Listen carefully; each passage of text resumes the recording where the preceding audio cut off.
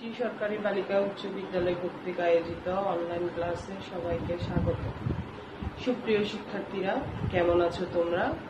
নিশ্চয়ই ভালো আছো এবং মনোযোগ সহকারে লেখাপড়া করছো। আমিও ভালো আছি।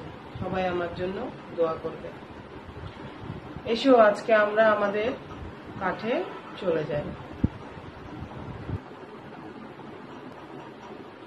সুপ্রিয় শিক্ষার্থীরা, আজকে আমাদের পাঠের বিষয় অধ্যায় ৭ রাষ্ট্র ও সরকার ব্যবস্থা, পৃষ্ঠা ৭৮ থেকে শুরু। আজকে আমাদের এটা শেষ লেসন ৬ ও ৭। আমরা পাঠ ৬ ও ৭ নিয়ে আজকে বিস্তারিত আলোচনা করব এবং আজকে আমাদের এই অধ্যায়ে শেষ হয়ে যাবে। আশা করছি তোমরা নিয়মিত কাজগুলো করছো, সব বিষয়ে কাজগুলো করছো এবং লেখাপড়া মনোযোগ সহকারে করছো। সবাই ক্লাসগুলো দেখছো। অনেকেই আমাকে ফোন করে বলছে, ম্যাডাম কাজগুলো কি করতে হবে, পড়াটা কি বাধ্যতামূলক, অনলাইন ক্লাসগুলো কি করতে হবে? অবশ্যই সবার উদ্দেশ্যে বলছি, অবশ্যই সবাই ক্লাসগুলো করতে হবে, কারণ কখন কি নির্দেশনা আসে আমরা বলতে পারি না, তোমাদের মূল্যায়ন কিভাবে করা হবে। অতএব সবাই ক্লাসগুলো করবে। তাহলে চলো আজকে আমরা আমাদের পাঠ চলে যাই ৬ ও ৭। শিক্ষার্থীরা দেখো, এখানে শিখন ফল পাঠ ৬ ও ৭ থেকে আমরা কি শিখতে পারবো? স্থানীয় সরকার কাঠামো ও কার্যাবলী সম্পর্কে বিস্তারিত জানতে ও লিখতে পারবে। বাংলাদেশের সরকার পরিচালনায় সুশাসনের গুরুত্ব জানতে পারবে। পাঠ ৬ আছে দেখো, স্থানীয় সরকার কাঠামো ও কার্যাবলী। অর্থাৎ আমরা আজকে স্থানীয় সরকার কাঠামো সম্পর্কে এবং এর কাজগুলি সম্পর্কে জানবো। স্থানীয় সরকার কাঠামো কি? প্রথমে আসি। স্থানীয় সরকার হলো স্থানীয় পর্যায়ের শাসন ও উন্নয়ন কর্মকাণ্ড পরিচালনার জন্য জনগণের ভোটে নির্বাচিত সরকার ব্যবস্থা। অর্থাৎ স্থানীয় সরকার হলো স্থানীয় পর্যায়ে, অর্থাৎ গ্রামগঞ্জে বিভিন্ন পর্যায়ে শাসন ও উন্নয়ন কর্মকাণ্ড পরিচালনার জন্য, এলাকার উন্নয়নের জন্য এবং এলাকার শাসন ব্যবস্থা পরিচালনার জন্য জনগণের ভোটে নির্বাচিত সরকার ব্যবস্থা। স্থানীয় সমস্যাসমূহ সমাধানের লক্ষ্যে স্থানীয় সরকার কাজ করে থাকেন। আমাদের স্থানীয়ভাবে যে সকল সমস্যাগুলো থাকে সেগুলো সমাধান করাই হচ্ছে স্থানীয় সরকারের কাজ। কেন্দ্রে বসে সরকারের পক্ষে দেশের সকল অঞ্চলের সমস্যার সমাধান করা সম্ভব নয়।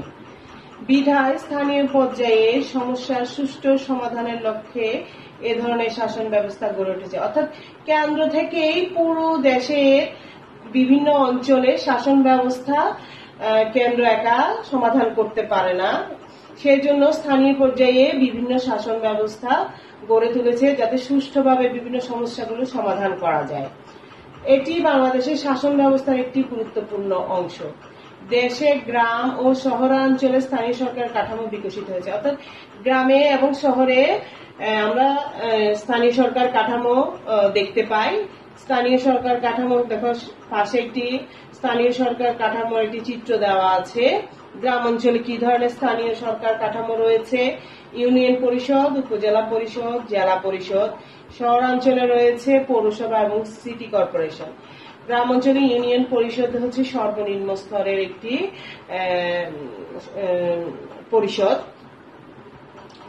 এটা আমরা গ্রামেই দেখতে পাই এবং সর্বোচ্চ পর্যায়ে আছে জেলা পরিষদ।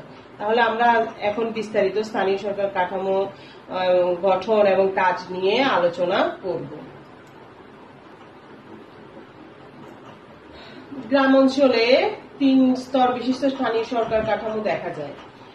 একমাত্র জেলা পরিষদ ছাড়া স্থানীয় সরকারের অন্য সকল কাঠামোর নেতৃত্ব নির্বাচিত হয় জনগণের সরাসরি ভোটে। অর্থাৎ আমরা জনগণ সরাসরি ভোট দিয়ে স্থানীয় সরকারের জেলা পরিষদ ছাড়া সকল কাঠামোর নেতৃত্ব, মানে সকল স্তরের নেতাকেই আমরা নির্বাচন করে থাকি। এগুলোর প্রতিটির কার্যকাল হচ্ছে ৫ বছর। অর্থাৎ জেলা পরিষদ ছাড়া আমরা কি কি করেছি?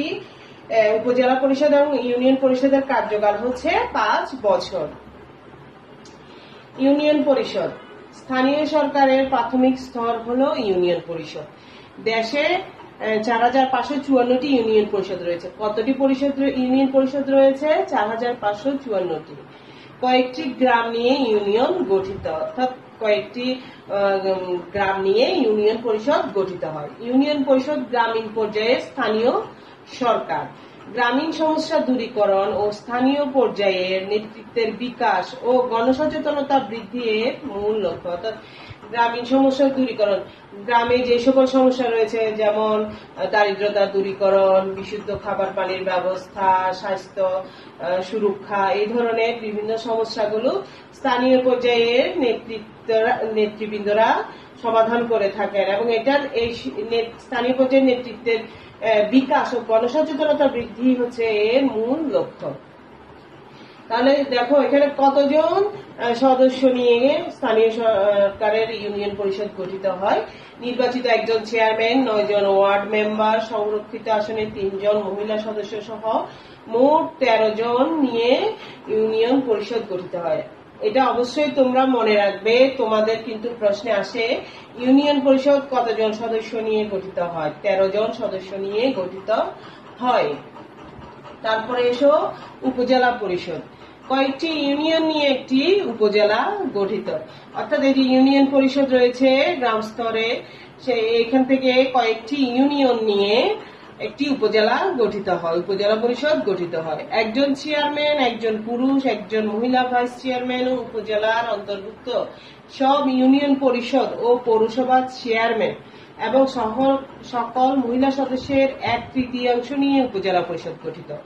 তাহলে নিশ্চয় তোমরা এটা বুঝতে পারছো, একজন চেয়ারম্যান, একজন পুরুষ, একজন মহিলা ভাইস চেয়ারম্যান ও উপজেলার অন্তর্ভুক্ত সব ইউনিয়ন পরিষদ ও পৌরসভা চেয়ারম্যান এবং সকল মহিলা সদস্যের 1/3 নিয়ে উপজেলা পরিষদ গঠিত।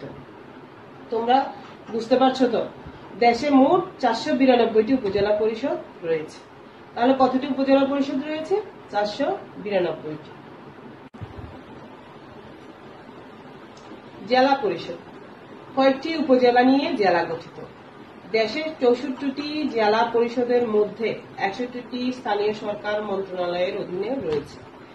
খাগড়াছড়ি, রাঙ্গামাটি ও বান্দরবন এই 3টি জেলা পার্বত্য চট্টগ্রাম বিষয়ক মন্ত্রণালয়ের অধীনে, অর্থাৎ 3টি জেলা বাদে খাগড়াছড়ি, রাঙ্গামাটি, বান্দরবন এই 3টি জেলা হচ্ছে পার্বত্য চট্টগ্রাম বিষয়ক মন্ত্রণালয়ের অধীনে, আর বাকি 61টি হচ্ছে স্থানীয় সরকার মন্ত্রণালয়ের অধীনে। চেয়ারম্যান সহ সকলেই পরোক্ষভাবে নির্বাচিত হন। এই এলাকার এই জেলা পরিষদের চেয়ারম্যান সহ সকলেই পরোক্ষভাবে নির্বাচিত হন। জেলার সব মেয়র ও কমিশনার, উপজেলার চেয়ারম্যান ও সব পৌরসভার মেয়র ও কাউন্সিলর এবং সব ইউপি চেয়ারম্যান ও সদস্যগণ তাদের দ্বারা নির্বাচিত। জেলার অন্তর্গত সকল সংসদ সদস্যগণ হবেন জেলা পরিষদের উপদেষ্টা। তাহলে তোমরা বুঝতে পারছো 20 জনের মধ্যে 5 জন হবেন মহিলা। চেয়ারম্যান সহ সকলেই পরোক্ষভাবে নির্বাচিত হন। আমরা অবশ্যই পড়েছি, আমরা জানি পরোক্ষ নির্বাচন কাকে বলে। জেলার সব মেয়র ও কমিশনার, উপজেলার চেয়ারম্যান, সব পৌরসভার মেয়র ও কাউন্সিলর এবং সব ইউপি চেয়ারম্যান ও সদস্যগণ তাদের দ্বারা নির্বাচিত। জেলার অন্তর্গত সকল সদস্যগণ হবেন জেলা পরিষদের উপদেষ্টা।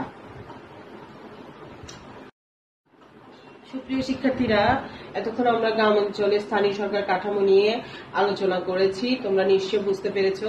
এখন আমরা শহর অঞ্চলের স্থানীয় সরকার কাঠামো নিয়ে আলোচনা করব। শহর অঞ্চলে 2 ধরনের স্থানীয় সরকার কাঠামো দেখা যায়, একটি হচ্ছে পৌরসভা আর দ্বিতীয়টি হচ্ছে সিটি কর্পোরেশন।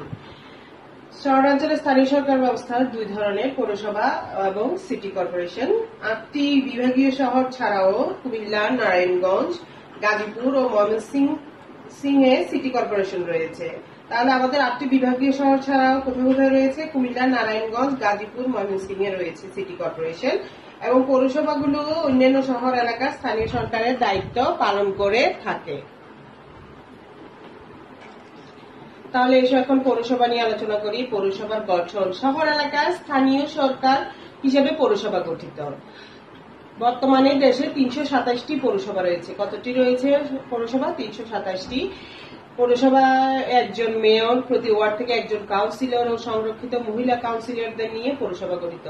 তাহলে কয়জন সদস্য নিয়ে পৌরসভা গঠিত? একজন মেয়র, প্রতি ওয়ার্ড থেকে একজন কাউন্সিলর ও একজন সংরক্ষিত মহিলা কাউন্সিলরদের নিয়ে পৌরসভা গঠিত হয়। City corporation. বাংলাদেশে মোট 12টি সিটি কর্পোরেশন রয়েছে, প্রতিটিতে একটি সিটি কর্পোরেশন আছে। সিটি কর্পোরেশন প্রধানকে বলা হয় মেয়র। মেয়রের কাজে সহায়তার জন্য রয়েছে কাউন্সিলরগণ। সিটির আয়তনের ভিত্তিতে কাউন্সিলের সংখ্যা কম বেশি হয়ে থাকে। এখন আমরা স্থানীয় সরকারের কাজ নিয়ে আলোচনা করব। স্থানীয় সরকার জনপ্রতিনিধিদের সমন্বয়ে গঠিত একটি সরকার ব্যবস্থা। এটি তাত্ত্বিক অর্থে সরকারের নিয়ন্ত্রণ মুক্ত, অর্থাৎ এটি সরকারের নিয়ন্ত্রণাধীন নয়। জনহিতকর কাজ সহ অনেক উন্নয়নমূলক কাজ করে থাকে স্থানীয় সরকার। উন্নয়নের মূল দায়িত্ব স্থানীয় সরকারের উপরে ন্যস্ত থাকে। এখানে আমরা ইউনিয়ন পরিষদের কাজ, উপজেলা পরিষদের কাজ, জেলা পরিষদের কাজ, পৌরসভার কাজ ও সিটি কর্পোরেশনের কাজ নিয়ে আলোচনা করব। একটি ছক দেখতে পাচ্ছ তোমরা। ইউনিয়ন পরিষদের কাজ কি কি কাজ করে থাকে ইউনিয়ন পরিষদ? বিচার কাজ, উন্নয়নমূলক কাজ, জনকল্যাণমূলক কাজ, জনস্বাস্থ্য রক্ষামূলক কাজ, পরিবার পরিকল্পনা, শিক্ষা, শান্তি রক্ষা, খাজনা ও কর আদায়, তথ্য প্রচার। অর্থাৎ এখানে ইউনিয়ন পরিষদের সার্বিক উন্নয়নের জন্যই পরিকল্পনা বাস্তবায়ন গ্রহণ করে থাকে। বিশুদ্ধ পানির ব্যবস্থা করে থাকে, প্রতিটি ইউনিয়নে বিশুদ্ধ পানির ব্যবস্থা করে থাকে। তারপরে জনস্বাস্থ্য রক্ষা বলতে বোঝায় পুষ্টি, মা ও শিশু স্বাস্থ্য রক্ষা, বয়স্ক বৃদ্ধদের স্বাস্থ্য রক্ষা, বিভিন্ন কমিটি ক্লিনিক গড়ে তুলে জনহিতকর কাজ করে থাকে। তারপরে ইউনিয়নের পরিবেশ পরিষ্কার পরিচ্ছন্ন রাখার ব্যবস্থা করে, বিভিন্ন প্রাথমিক চিকিৎসার ব্যবস্থা করা। তারপরে পরিবার পরিকল্পনামূলক কর্মসূচি রয়েছে, তো সেইগুলি সফল করার জন্য গণসচেতনতা সৃষ্টি করা এবং গরিব ও মেধাবী ছাত্রীদের শিক্ষা বৃত্তি প্রদান, বয়স্কদের শিক্ষাদান, যারা নিরক্ষর তাদেরকে শিক্ষাদান করা, নিরক্ষরতা দূরীকরণ ইত্যাদি ব্যবস্থা করে থাকে। এলাকার শান্তি শৃঙ্খলা রক্ষা করে থাকে, এলাকার জমি, খাজনা, কর আদায় করে থাকে। তারপরে বিভিন্ন তথ্য প্রচার করে থাকে, যেমন গণসচেতনতামূলক তথ্য প্রচার করা, এলাকার কোনো অপরাধ বা দুর্ঘটনা ঘটলে পুলিশকে জানানো, অপরাধের বিরুদ্ধে গণসচেতনতা সৃষ্টি করা, বিভিন্ন বিচারিক কাজ সমাধান করা। তারপরে হচ্ছে বিভিন্ন সামাজিক সমস্যাগুলো সমাধান করা, যেমন যৌন হয়রানি, যৌতুক প্রথা ইত্যাদির বিরুদ্ধে সচেতনতামূলক প্রচার কাজ করা, এলাকায় শান্তি সম্প্রীতি বজায় রাখা এবং বিবাদ মীমাংসা করা, সবগুলো হচ্ছে ইউনিয়ন পরিষদের কাজ। তারপরে আসে উপজেলা পরিষদের কাজ। উপজেলা পরিষদের কাজ ইউনিয়ন পরিষদের কাজের মতোই, প্রায় সবকিছুই সেম হয়। এছাড়া উপজেলা পরিষদে কি আছে? উপজেলা পরিষদে পাঠশালা সহ বিভিন্ন মেয়াদী উন্নয়ন পরিকল্পনা তৈরি করা হয়। সরকারের বিভিন্ন কর্মসূচি বাস্তবায়ন, তত্ত্বাবধান ও তার সমন্বয় সাধন করা হয়। বিভিন্ন ইউনিয়নের মধ্যে সংযোগকারী রাস্তা নির্মাণ ও রক্ষণাবেক্ষণ করা হয়।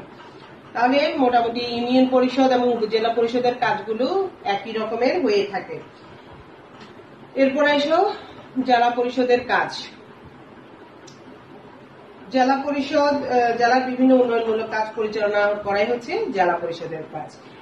এর মধ্যে উল্লেখযোগ্য হচ্ছে উপজেলা ও পৌরসভা সংরক্ষিত এলাকার বাইরে, মানে ইউনিয়ন পরিষদ এবং উপজেলা পরিষদের বিভিন্ন সংরক্ষিত এলাকার বাইরে রাস্তাঘাট, সেতু, কালভার্ট ইত্যাদি নির্মাণ করা, শিক্ষা প্রতিষ্ঠান নির্মাণ, আবাসিক হোটেল তৈরি করা, প্রশিক্ষণ কেন্দ্র স্থাপন, অনাথ আশ্রম নির্মাণ, গ্রন্থাগার তৈরি, নৈশ বিদ্যালয় পরিচালনা, কৃষিখামার ব্যবস্থা, বন্যা নিয়ন্ত্রণ বাঁধ ও পানি সেচের ব্যবস্থা করা। এছাড়াও জনস্বাস্থ্য সংরক্ষণের কাজ ও জেলার যোগাযোগ ও পরিবহনের ব্যবস্থার উন্নয়নমূলক কাজও করে থাকে জেলা পরিষদ। এরপরে আসো পৌরসভার কাজ। পৌরসভার কাজ কি? বিশুদ্ধ পানি সরবরাহ, পানি নিষ্কাশনের ব্যবস্থা করা। তারপরে হচ্ছে স্বাস্থ্যকর ও ভেজাল মুক্ত খাদ্য বিক্রি নিশ্চিত করা, শহরের পরিবেশ রক্ষার জন্য পরিকল্পনা গ্রহণ ও বাস্তবায়ন করা, বিধি মোতাবেক ঘর বাড়ি নির্মাণের ব্যবস্থা করা, সড়ক নির্মাণ, রক্ষণাবেক্ষণ ও যানবাহন চলাচল নিয়ন্ত্রণ মুক্ত করা, রাস্তার দুই পাশে গাছ লাগানো, পার্ক, উদ্যান প্রতিষ্ঠা এবং উন্মুক্ত প্রাঙ্গণ সংরক্ষণ করা, অর্থাৎ মাঠ, খেলার মাঠ এগুলো সংরক্ষণ করা। তাছাড়া পৌরসভার বিভিন্ন জাতীয় দিবস উদযাপন, ত্রাণ ও পুনর্বাসন, এতিম ও দুস্থদের জন্য এতিমখানা তৈরি, লাইব্রেরি ও ক্লাব গঠন, ভিক্ষাবৃত্তি নিরোধ, খেলাধুলার ব্যবস্থা, মিলনায়তন নির্মাণ, রক্ষণাবেক্ষণ, জন্ম মৃত্যু ও বিবাহ নিবন্ধন, মহামারী ও সংক্রামক ব্যাধি নিয়ন্ত্রণ ও বিশিষ্ট অতিথিদের অভ্যর্থনা প্রদানের জন্য ব্যবস্থা করা হচ্ছে পৌরসভার কাজ। তাহলে এই মোটামুটি সব কাজগুলোই পৌরসভা করে থাকে। তারপরে আসো সিটি কর্পোরেশন। সিটি কর্পোরেশনও মোটামুটি পৌরসভার মতো প্রায় সেম কাজই করে, কিন্তু তার আয়তন অনুযায়ী তার কাজটাও বিশাল হয়, বড় পরিসরে হয়। সিটি কর্পোরেশন কাজগুলো বড় পরিসরে করে থাকে। বিশুদ্ধ পানি সরবরাহ, পানি নিষ্কাশনের ব্যবস্থা করা, স্বাস্থ্যকর ও ভেজালমুক্ত খাদ্য বিক্রি নিশ্চিত করার জন্য সচেতনতামূলক প্রচারণা চালানো, শহরের পরিবেশ রক্ষার জন্য পরিকল্পনা গ্রহণ ও বাস্তবায়ন করা, সুষ্ঠুভাবে বাড়িঘর নির্মাণের ব্যবস্থা করা, রাস্তার দুই পাশে গাছ লাগানো, পার্ক ও উদ্যান প্রতিষ্ঠা করা এবং উন্মুক্ত প্রাঙ্গণ, মাছ এগুলো সংরক্ষণ করা, সড়ক নির্মাণ, রক্ষণাবেক্ষণ এবং যানবাহনের চলাচল নিয়ন্ত্রণ করা এবং আরো আনুষঙ্গিক কাজগুলো সিটি কর্পোরেশন করে থাকে, যা জনগণের জন্য হিতকর হয়ে থাকে। জনগণের কল্যাণার্থে স্থানীয় সরকার কাঠামোর স্তরে বিভিন্ন কাজ করে থাকে। অতএব তোমরা নিশ্চয়ই বুঝতে পারছো স্থানীয় সরকারের কাজগুলো, এটা থেকে তোমাদের কোশ্চেন থাকতে পারে। তোমরা অবশ্যই এটা ভালো করে পড়বে, বাসায় পড়ে খাতায় লিখবে। এবার আসো পাঠ 7, সরকার পরিচালনা সুশাসন। তাহলে আমরা প্রথমেই সুশাসন কি সেইটা সম্পর্কে জানি। সুশাসন হচ্ছে দুর্নীতিমুক্ত রাষ্ট্র বা সরকার ব্যবস্থা যেখানে বিভিন্ন প্রতিষ্ঠানের কাজে দায়বদ্ধতা আছে, ব্যক্তি স্বার্থের চেয়ে প্রতিষ্ঠানের স্বার্থকেই বড় করে দেখা হয়। বিভিন্ন কাজ সম্পাদনের স্বচ্ছতা, জবাবদিহিতা ও আইনের শাসন প্রতিষ্ঠাই হচ্ছে সুশাসনের নিয়ামক। তাহলে আমরা কি বুঝতে পারছি? আমরা বুঝতে পারছি যে সরকার পরিচালনা দক্ষতা অনেকাংশেই সুশাসনের উপর নির্ভরশীল। অর্থাৎ সরকার যে দক্ষতার সাথে দেশ পরিচালনা করে সেটা অনেকাংশে নির্ভর করে সুশাসনের উপর। দুর্নীতিমুক্ত রাষ্ট্র বা সরকার ব্যবস্থা যেখানে বিভিন্ন প্রতিষ্ঠানের কাছে দায়বদ্ধতা আছে, সরকারের বিভিন্ন প্রতিষ্ঠানের কাছে দায়বদ্ধতা আছে, ব্যক্তি স্বার্থের চেয়ে প্রতিষ্ঠানের স্বার্থকেই বড় করে দেখা হয়। অর্থাৎ সরকারের বিভিন্ন ব্যক্তিগণ তাদের ব্যক্তি স্বার্থের থেকেও সরকারের স্বার্থকেই বড় করে দেখবে। বিভিন্ন কার্য সম্পাদনের সততা, স্বচ্ছতা ও জবাবদিহিতা এবং আইনের শাসন প্রতিষ্ঠায় সুশাসনের নিয়ামক হিসেবে কাজ করবে। সরকার পরিচালনায় প্রশাসনের দায়িত্বশীলতা, জবাবদিহিতা নিশ্চিত করা প্রয়োজন। অর্থাৎ সরকার যে প্রশাসন ব্যবস্থা নিয়ে সরকার পরিচালিত হয় সেখানে প্রশাসনিক ব্যক্তিদের দায়িত্বশীলতা ও জবাবদিহিতা নিশ্চিত করা প্রয়োজন এবং দায়িত্বশীলতা ও জবাবদিহিতা নিশ্চিত করা হয়েছে। আইনের শাসন ও গণতন্ত্রে সুপ্রতিষ্ঠিত করতে দেশে সরকার ব্যবস্থায় আইনের শাসন ও গণতন্ত্রকে সুপ্রতিষ্ঠিত করার জন্য দুর্নীতি ও ব্যক্তি স্বার্থপরতা ও স্বজনপ্রীতি বন্ধ করা প্রয়োজন। মানবাধিকার প্রতিষ্ঠার মাধ্যমে যাতে জনগণ সুবিচার লাভ করে, দেশ থেকে দারিদ্রতা দূরীকরণ ও আত্মনির্ভরশীলতা অর্জন, ন্যায় বিচার প্রতিষ্ঠা উন্নয়নের জন্য শাসন ব্যবস্থার সকল ক্ষেত্রে সুশাসন প্রতিষ্ঠা করা প্রয়োজন। অর্থাৎ মানবাধিকার প্রতিষ্ঠার মাধ্যমে আমাদের জনগণের মানবাধিকার রক্ষা করা হচ্ছে এটি সুশাসন। জনগণের মানবাধিকার প্রতিষ্ঠার মাধ্যমে যাতে জনগণ সুবিচার লাভ করে, দারিদ্রতা দূরীকরণ হয়, জনগণ যাতে আত্মনির্ভরশীল হতে পারে এবং ন্যায় বিচার প্রতিষ্ঠা হয়, উন্নয়ন সকল ক্ষেত্রে যাতে উন্নয়ন কাজ বাস্তবায়ন হয়, এই সব কিছুই হচ্ছে শাসন ব্যবস্থার ক্ষেত্রে সুশাসন প্রতিষ্ঠা করার একটি সুষ্ঠু লক্ষ্য।